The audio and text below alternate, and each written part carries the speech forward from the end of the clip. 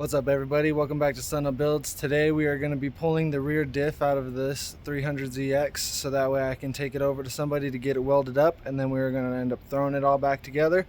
Hopefully it'll kind of help with the whole drifting aspect that I'm trying to build this car for. And I'm going to be showing you guys how to pull it out so that way if you guys ever have a 300ZX that you need to pull a diff out of, you guys know exactly what to expect. So here's your rear diff. You have two bolts in the back, your drive shaft up front, and then both of the axles, which have these nuts on them. So should be fairly simple. We do have these wheel speed sensors that we also have to try and get out of the way so that way we don't ruin them. They just have bolts on the side and then slip right out of this little hole that it goes into to read the rear axles.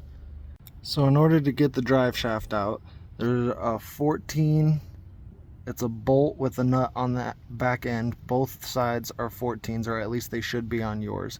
So we're gonna pull all four of them and get that popped off. All right, with all four of the bolts out, got the drive shaft off. Next we're gonna move over to the axles. All right, got both of the axles out, drive shaft is out. Now we need to get these speed sensors. So on the back side of the subframe, there's a 10mm bolt here and there's a 10mm bolt over here. If you remove these, it'll give the wires slack from this plug over here, so that way you can kind of drop it down to be able to get to these bolts right here. If not, you can try to fit a socket in there, but it's going to be a pain in the butt. So I recommend taking these two 10s off the back side so that way you can drop it down and then be able to get to those bolts. All right, so I got those two 10mm removed. Now you can kind of see I got plenty of slack up here, so that way when I drop it down it's not pulling on the wires for the speed sensors. One thing I forgot to mention, I don't have an exhaust anywhere after midpoint, so on your vehicle you might have to remove the exhaust also to help kind of get into here, but that's totally up to you. If you're able to work around it. If not, then you're definitely at least gonna have to remove it from the mid pipe back. So now we have the diff mount right here, and we have these two in the back. I'm gonna go ahead and remove these two first, since these studs do not come out. There's just a nut inside here that gets removed, and that'll kind of help hold it in place. Then we'll remove this front support, and it should just fall right out. Well, shouldn't fall, kind of guide it out. All right, so a few things about pulling these back ones on the back side of the differential. First off, they will come out. Sometimes they'll come out as a whole stud. If that happens, don't worry. I would just Loctite this when you go to put it back together. And I would recommend using a 1/2" wrench, because when you use 3/8, it's probably gonna have a lot of torque to it and it'll probably break your wrench. But in order to get that 1/2" in there, and I know not everybody's gonna wanna do this, but I took a hammer and I created some space. So I beat the back end of the spare tire well, so that way I could fit my 1/2" in there to be able to get them both out. So totally up to you. If you got another way that you can get those out, then go ahead and do it however you would like. I know not everyone's going to want to take a hammer to that, but that's what I had to do today, because I'm going to be beating this car up anyways, so I don't really care too much about the spare tire wheel well. So now you're going to want to get yourself a jack, support the rear diff, and then pull that front mount, which I already pulled it. There's going to be two longer bolts in the center area, and then you'll have two shorter bolts on either of the outside, so 4 bolts all together, and that'll pop right out. And then you're going to go ahead and lower this down. Don't forget that your speed sensors are still connected, so when you lower it down, do it very gently so that way you can remove those, and then you should be good to go.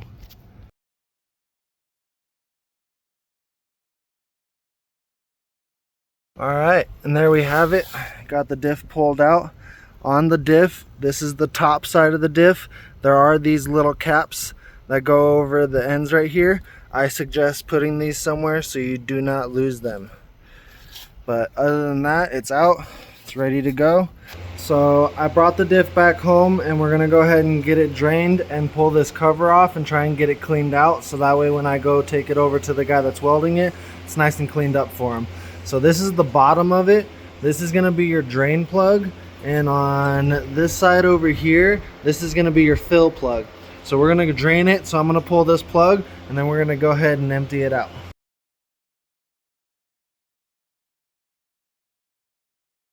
All right, now that we got it most of the way drained, let's go ahead and pull this rear cover off.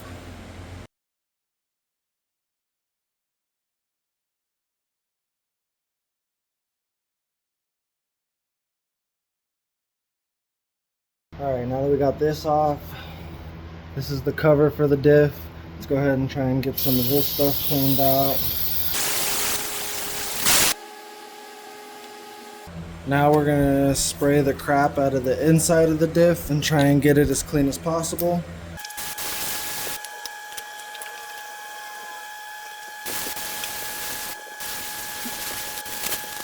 We got it all drained and cleaned out.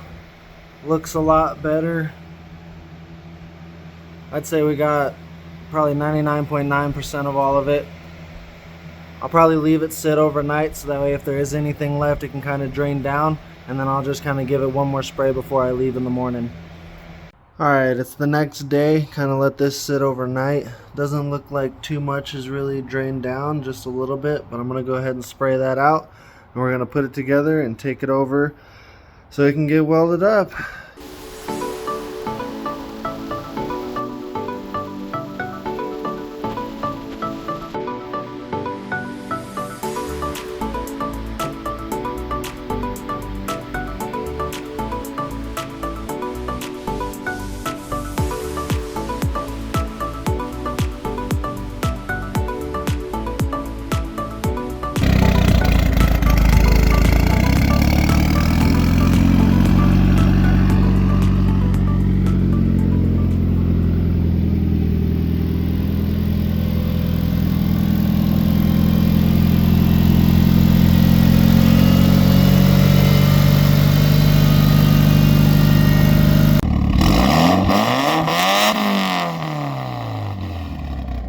Got the diff back, got it all nice and welded up. So now we're gonna clean off all of this and get it resealed back on. So in order to get your diff cover and the diff itself all cleaned off, I usually have a fresh pack of razor blades, kind of go through and scrape it all off. You do want to be kind of careful whenever you're doing this. You don't want to put any gouges or anything in the metal, so you kind of just take the flat side and just run it across it, and I'll show you. And then I take a wire wheel and my drill and I just kind of go over everything and get it all nice and clean. So you just take your razor blade, you just kind of start going through and just getting all of this stuff off the best that you can. Alright, once you've taken your razor blade and you've gotten majority of all of the big stuff that you can kind of get off, you just kind of go through with your wire wheel. And you just kind of get it all cleaned up. Once you got both sides down to bare metal and basically all cleaned off, you want to spray out all this little stuff inside of here that ended up getting in here from scraping and using the wire wheel and stuff. Use some brake cleaner and clean it all out, get it the best you can on both sides, and then you're going to go ahead and do the sealant. So this is what I use for sealant, Ultra Black. It is gasket maker and it's oil resistant. You're going to want to put this either on the pan itself or the diff side, and I'll show you guys how I apply it. Alright, so you can kind of see how I went. I lay it on pretty thick and I go around the entire rim, and I do both sides of where the bolts go into, just as kind of extra security. But you definitely want to get it on the inside, this area right here, of all the bolts. So now you can go ahead and throw your cover on, get all the bolts on there, and go ahead and tighten it all down.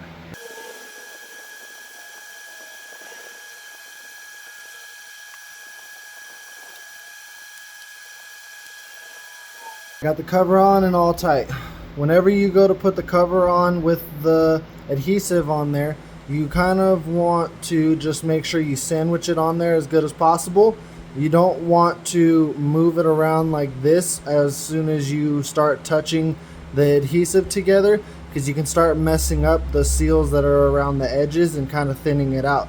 You just kind of want to sandwich it on there get all the bolts kind of started, and then go ahead and just tighten it down as tight as you can get it, so that way whenever it adheres in the spot that it's going to be in for good. All right, now that we got the cover back on, everything's bolted down, we're gonna go ahead and let that cure. I'm gonna let it cure overnight, probably maybe for a full day, just so that way I know it's good to go.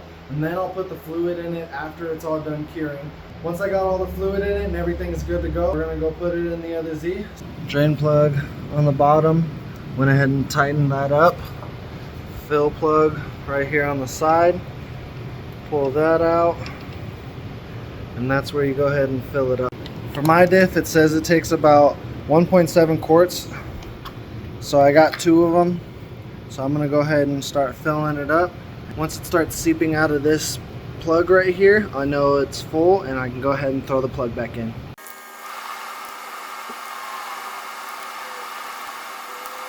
So as you can see, it started seeping out onto the ground, so I knew to go ahead and throw the plug in there. Now I'm gonna get it all tightened up and she should be good to go. We got the Diff back out to the Z.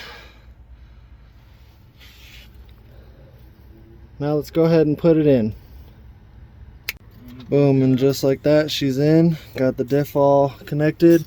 Make sure you get your wheel speed sensors, the 2 bolts in the back, and your front mount. Once you get all that in place, you can do your axles and your drive shaft.